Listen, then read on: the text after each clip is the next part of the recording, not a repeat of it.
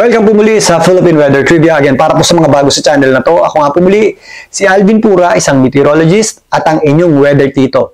Kanina ng alas 8 ng umaga, itinaas na ng Pag-asa sa Tropical Depression category o ganap na nga naging bagyo yung binabantayan nating low pressure area sa loob ng ating Philippine Area of Responsibility. Ito po ay nabigyan ng local name na Wilma. Ang bagyong Wilma po ang ating ika-23rd o 23 bagyo ngayong taon at ang ating unang bagyo ngayong buwan ng December. Ito pong bagyong Wilma ay kasalukuyang nasa Tropical Depression category na may taglay na lakas na hangin na nasa 45 kilometers per hour, malapit sa kanyang gitna. At kung minsan, may mga pagbugsong umabot sa 55 kilometers per hour. Again, ito pong bagyong Wilma ay hindi natin inaasahang maging typhoon or super typhoon o umabot sa napakalakas na bagyo. Ito po ay mananatiling nasa ibabang kategory ng ating bagyo. Ganun pa man, meron pa rin itong mga pabugso-bugsong hangin malapit sa gitna nito. At if ever meron tayong mga malawakang thunderstorms o yung ating mga squall o yung commonly known as subasco, possible din tayong makaranas ng mga malalakas na bugso ng hangin dyan na may kasamang malalakas na pag-ulan. Pero yung ating pinaka-hazards na babantayan dito po sa pagtawid ng bagyong Wilma ay yung mga pag-ulan nito. Kasama na rin po yung epekto ng ating tinatawag na shear line. Sa ngayon, ito po ay nandito pa sa eastern section ng ating bansa. Nasa dagat pa po yan at huli pong namataan ng Pag-asa sa layong 625 kilometers east ng Northern Samar. At bagamat nasa dagat po, yung kanyang panglabas na kaulapan o yung kanyang trough, kasama ng ating shear line ay nagdadala na po ng pag-ulan sa ilang bahagi ng ating bansa, particularly dito sa central portion ng Visayas, eastern Visayas at Bicol region.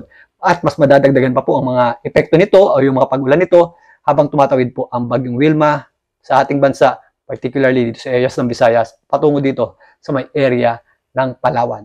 Ngayon, silipin natin itong official forecast track ng Pag-asa para dito sa bagyong Wilma. So, narito ang pinakahuling forecast track ng Pag-asa para dito sa bagyong Wilma. Pinapakita nga dito na kikilos, pasubsob o pa southwestward patungo dito sa general area ng Eastern Visayas. Ito pong bagyong Wilma.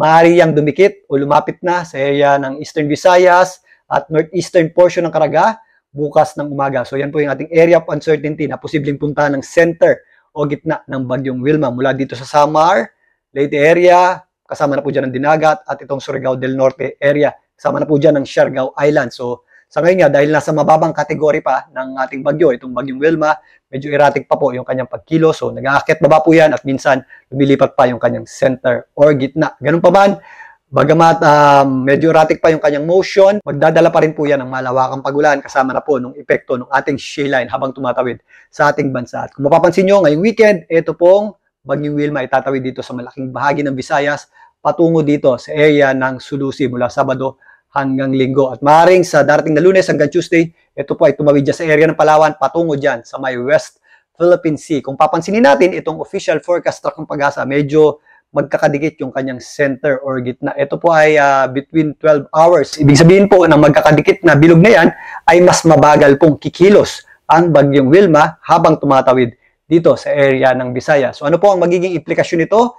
Although wala pa tayong mga torrential o yung ating halos walang humpay na pag-ulan base sa weather advisory ng Pag-asa, ito pong mabagal na pagkilos nito ay makakadagdag sa epekto ng mga pag-ulan nitong bagyong si Wilma. Ibig sabihin po niyan, mas marami po tayong matatanggap na pag-ulan dahil sa mas matagal na pagkilos nito at mas maiipon po yung ating mga tubig ulan na kung saan magdudulot po yan ng mas mataas na tsansa o mas magiging prone po tayo sa mga flash floods, malawakang pagbaha at sa mabubundok na lugar, mas prone po tayo sa mga landslides at mga paghuhunga ng lupa. Kaya doble ingat po tayo, particularly dito po sa mga areas na maapektuhan ng mga pag-ulan ng pagtawid nitong bagyong Wilma. Kasama na po ang epekto ng shear line na makaka-apekto naman sa mga areas na malayo sa center or gitna nito pong bagyong si Wilma. Dahil nga naging bagyo na itong ating binabantayang sama ng panahon, nagtaas na po ng tropical cyclone wind signal number 1 ng Pag-asa sa ilang probinsya dito po sa Eastern Visayas, kasama na po dyan ng Samar at Leyte provinces, maging dyan sa Biliran, kasama na po dyan ang Dinagat Islands, at ito ang northeastern portion ng Caraga, ang Siargao Islands, kasama na po dyan ang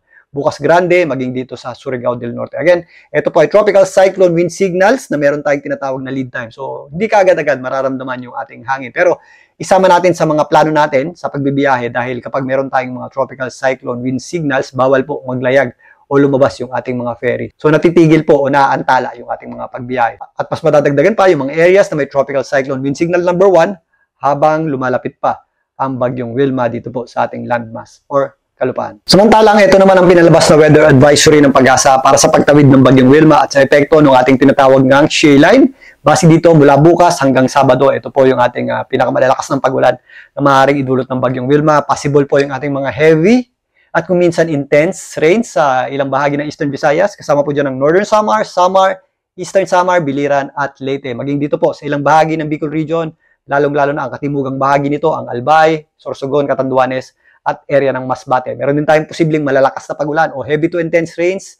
Ito pong areas ng Cebu, kasama na po dyan ng Negros Occidental.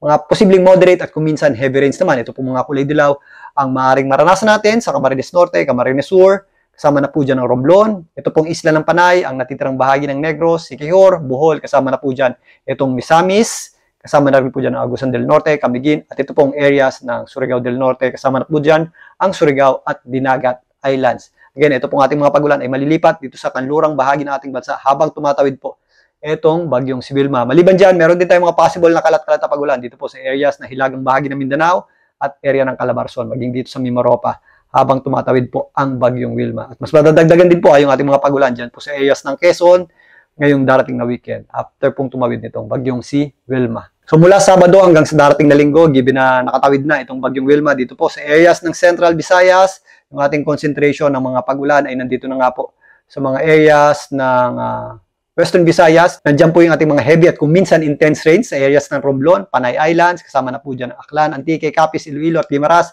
maging dito sa Negros Occidental. Ang natitirang bahagi naman ng Visayas, possible din po yung ating mga katamtaman at kung minsan malalakas na pagulan, maging dito sa ilang bahagi ng Bicol Region, kasama na po dyan ang areas ng Mimaropa. Ito pong itaas na bahagi ng ating bansa ay epekto ng ating tinatawag ng shear line. Dito po sa Metro Manila at sa mga karatig lugar nito, although hindi kasing rami kumpara sa mga pagulan dito po sa areas ng Bicol Region at Visayas, mas tataas po yung ating tsansa ng pagulan sa darating na linggo ng hapon papunta po ng Lunes. Dahil na rin po yan sa epekto ng ating tinatawag na shear line. So maganda rin po tayo dyan. So again, mag-ingat po tayo sa mga posibleng magiging epekto ng pagtawid ng bagyong Wilma at ng epekto ng ating shear line sa ating bansa ngayong papasok na weekend. Balikan natin mamaya ito pong bagyong Wilma. Muli ito po ang inyong Weather Tito para sa Philippine Weather Trivia.